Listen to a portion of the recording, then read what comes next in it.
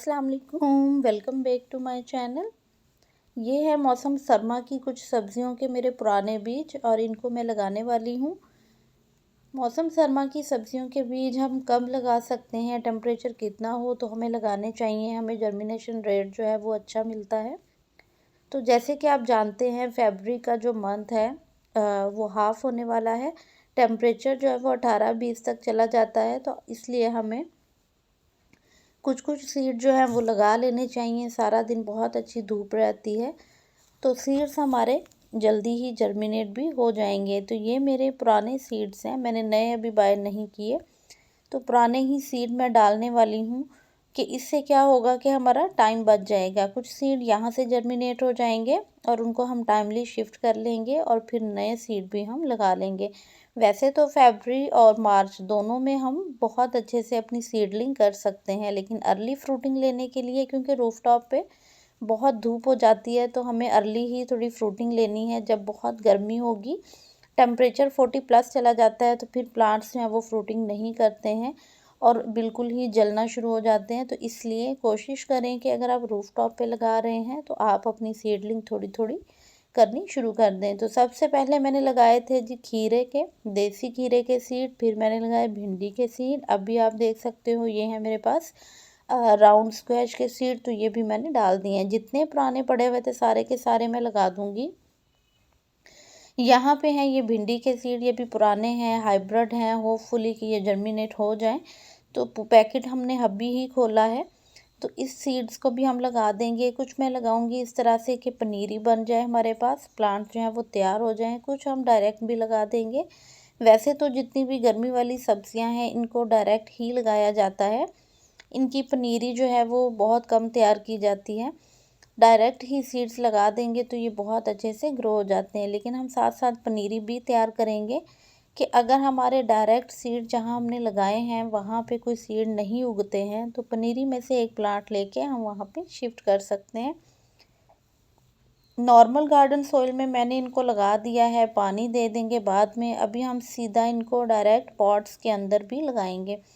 तो ये मैंने जो पॉट लिए हैं जिनमें मैं भिंडी के सीड लगाने वाली हूँ, ये ग्रो बैग्स हैं। ग्रो बैग्स भी ये 16 इंच का है, 12 इंच का है और 14 इंच का है। तो इनमें हम लगाएंगे, रैंडमली लगा दूंगी ज़्यादा सारे सीड्स क्योंकि इनकी जर्मिनेशन की मुझे श्योरिटी नहीं है। इसलिए अगर हमने 10 सीड लगाए हैं और उसमें से 5 जर्मिनेट हुए हैं तो वेल एंड गुड, और अगर हम 5 ही लगा देते और उनमें से भी 2 से 3 ही जर्मिनेट होते तो हमारा टाइम बहुत ज़ाया होता। इसलिए रैंडमली मैं इनमें ज़्यादा सारे सीड डाल रही हूँ, होपफुली कि ये जर्मिनेट हो जाएंगे। तो जर्मिनेट होने के लिए इनको थोड़ा टेम्परेचर चाहिए, इनको पानी में नमी चाहिए। ये 2 से 3 चीज़ें जो हैं सीड को ग्रो होने के लिए बहुत ज़रूरी होती हैं कि टेम्परेचर किस तरह का है और नमी कितनी है।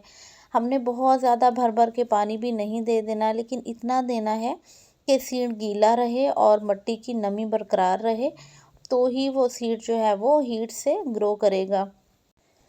14 इंच के पॉट में आप 3 प्लांट भी लगा सकते हैं। जो हमारा ग्रो बैग है ये थोड़ा चौड़ाई में होता है और 12 इंच में 2 प्लांट, तो बस इसी तरह से कुछ प्लांट्स मैं लगा दूंगी।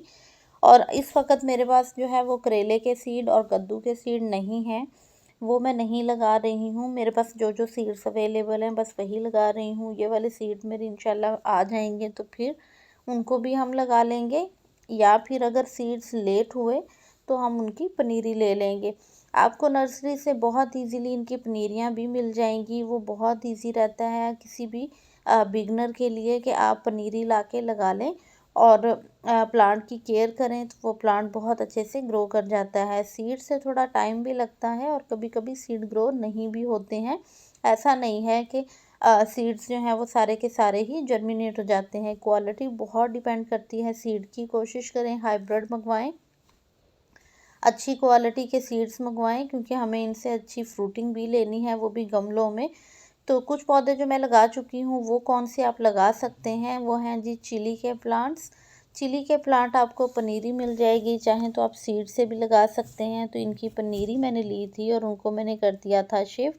तो ये पौधे इंशाल्लाह हमारे जो हैं वो मार्च तक, मार्च के एंड तक इनके ऊपर बर्ड्स आना स्टार्ट हो जाएंगी, कुछ ग्रोथ करेंगे, इनकी पिंचिंग करेंगे हम, साथ मैंने बैंगन के भी प्लांट शिफ्ट किए थे, इनमें भी होपफुली जो है वो मार्च के एंड में या अप्रैल के स्टार्ट में फ्रूटिंग स्टार्ट हो जाएगी। कुछ में मैंने साथ पालक के सीड डाले, कुछ में मैंने सलाद पत्ता।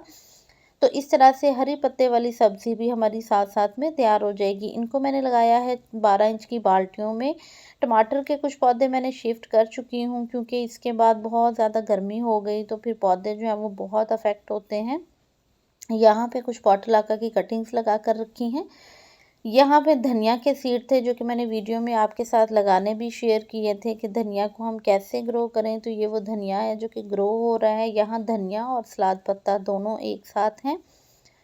तो इस तरह से आप पत्तों वाली सब्जियां भी अभी लगा सकते हैं, और दूसरी जो हमारी गर्मी वाली सब्ज़ी है उसके बीज भी डाल सकते हैं। तो हरे पत्तों वाली सब्जियां तो बहुत जल्दी ग्रो हो जाती हैं। सेम इसी तरह जहाँ भी मैंने शिमला मिर्च और मिर्च के पौधे लगाए हैं, साथ में मैंने उनके पालक के और धनिया के सीड डाले हैं। तो ये है पुदीना, पुदीने की कटिंग्स लगाई हैं। यहाँ भी अगेन पालक के सीड डाले थे, साथ में कुछ बंद गोभी की पनीरी जो है वो थी मेरे पास, तो वो मैंने लगा दी थी। होपफुली कि ये अच्छी ग्रो होगी। वैसे तो इसका अभी दोबारा लगाने का टाइम नहीं था, बट मैंने लगा दी है। कुछ सलाद पत्ता जो है वो मैंने इस तरह छोटे पॉट में भी लगा दिया है। आपके पास बड़े पॉट्स नहीं हैं तो आप इनको छोटे पॉट्स में भी लगा सकते हैं। यहाँ भी सलाद पत्ता, धनिया और थोड़ा सा ग्रीन अनियन है। इस बार ग्रीन अनियन सीड से ग्रो नहीं किया है। ये सिर्फ हमने सिर्फ हरी पत्तियों के लिए थोड़ा सा जो हमारे पास मोटे प्याज होते हैं उन्हीं से मैं लगा पाई हूँ। तो इंशाल्लाह आहिस्ता आहिस्ता आपको किचन गार्डन की सारी अपडेट मिलेगी, वेजिटेबल्स की ग्रोथ, और उसके साथ साथ जो है वो हम कौन सा फर्टिलाइज़र इनको दे सकते हैं। ये जो मैंने कटिंग्स आपके साथ लगाना शेयर की थी पुदीने की, तो आप देखिए इनमें ग्रोथ आना स्टार्ट हो गई है। कुछ कटिंग्स जो हैं वो बिल्कुल डल हो गई हैं, लेकिन उनकी रूट के पास से नए नए पत्ते निकल रहे हैं। तो जल्द ही हमारा पॉट जो है वो फिर से भर जाएगा अपने घर के पुदीने से। तो इसके बारे में अगर आपने वीडियो नहीं देखा तो इस मेथड से बहुत जल्दी ग्रो हुआ है। आप ज़रूर इसको वॉच करके लगाइएगा। यहाँ पे है मेरे पास तो राई के सीड, तो ये मैं लगाऊंगी। ये मेरे पास जो है ये 12 बाय 28 का ग्रो बैग है, यानी कि 12 इंच की इसकी गहराई है, लेकिन 28 इंच ये चौड़ा है।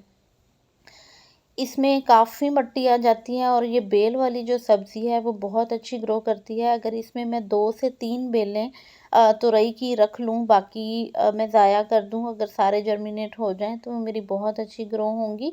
तो यहाँ पे तुरई के मैं 7 से 8 सीड डाल रही हूँ, ताकि जो भी जर्मिनेट हो हेल्दी वाला हम प्लांट रख लेंगे, और जो हेल्दी नहीं होगा उसको हम रिमूव कर देंगे। तो होपफुली इनमें से कुछ ना कुछ प्लांट्स हमें मिल जाएंगे गर्मियों के, जब तक कि हमारे नए सीड नहीं आ जाते। ये बहुत अच्छा टाइम है कि आप अर्ली थोड़ी सी सीडलिंग कर लेते हैं। अगर आपके यहाँ मौसम ठीक है, बहुत ज़्यादा सर्दी या बारिश नहीं है, तो फिर आप इनके सीड लगा सकते हो। वीडियो और चैनल पे नए हैं तो लाइक शेयर सब्सक्राइब ज़रूर कर दिया करें, ताकि वीडियो जो है वो और भी लोगों तक पहुंच सके, और आप भी मोटिवेट होके कुछ ना कुछ अपने घर पे ज़रूर ग्रो करें। ऑर्गेनिक सब्जियां बहुत इजी हैं, थोड़ी सी मेहनत है, आपकी एक हेल्दी एक्टिविटी है। तो वीडियो कैसा लगा इनबॉक्स में बताइएगा, दुआ में याद रखिएगा। अल्लाह हाफिज़।